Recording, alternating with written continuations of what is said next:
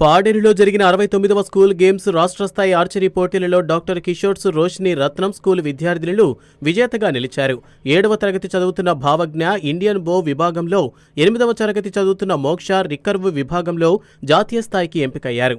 దీంతో ఈ నెల 18, 19, 20వ తేదీల్లో వారణాసిలో జరిగే జాతీయ స్థాయి ఆర్చరీ పోటీల్లో సత్తా చాటనున్నారు. దీంతో కిషోర్స్ రత్నం విద్యా సంస్థల జనరల్ మేనేజర్ రామ్మూర్తి నాయుడు వారిని అభినందించారు.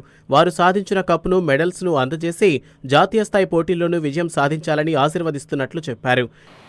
రాష్ట్ర స్థాయిలో పాడేరులో నిర్వహించిన ఫెడరేషన్ గేమ్స్లో డాక్టర్ కిషోర్స్ రత్నం రోష్ని స్కూల్స్ విద్యార్థులు ఆర్చరీలో నేషనల్ లెవెల్కి సెలెక్ట్ అయ్యారు.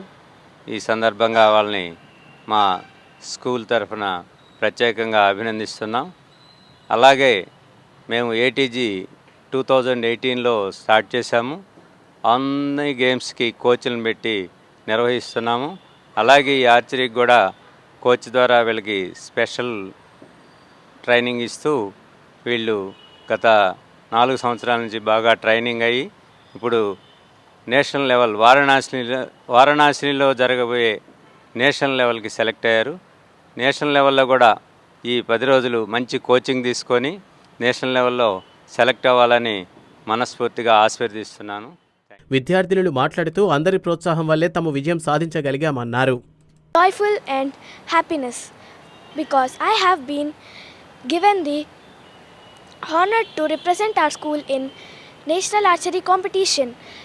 This made me to feel so proud and happy. I am so glad to and heartfelt thanks to our director sir, mom, coaches and my beloved parents who supported me a lot and encouraged me. Having the privilege to represent our school in national archery competition. This accomplishment is not entirely a personal success. It is the evidence of relentless effort and determination and etc.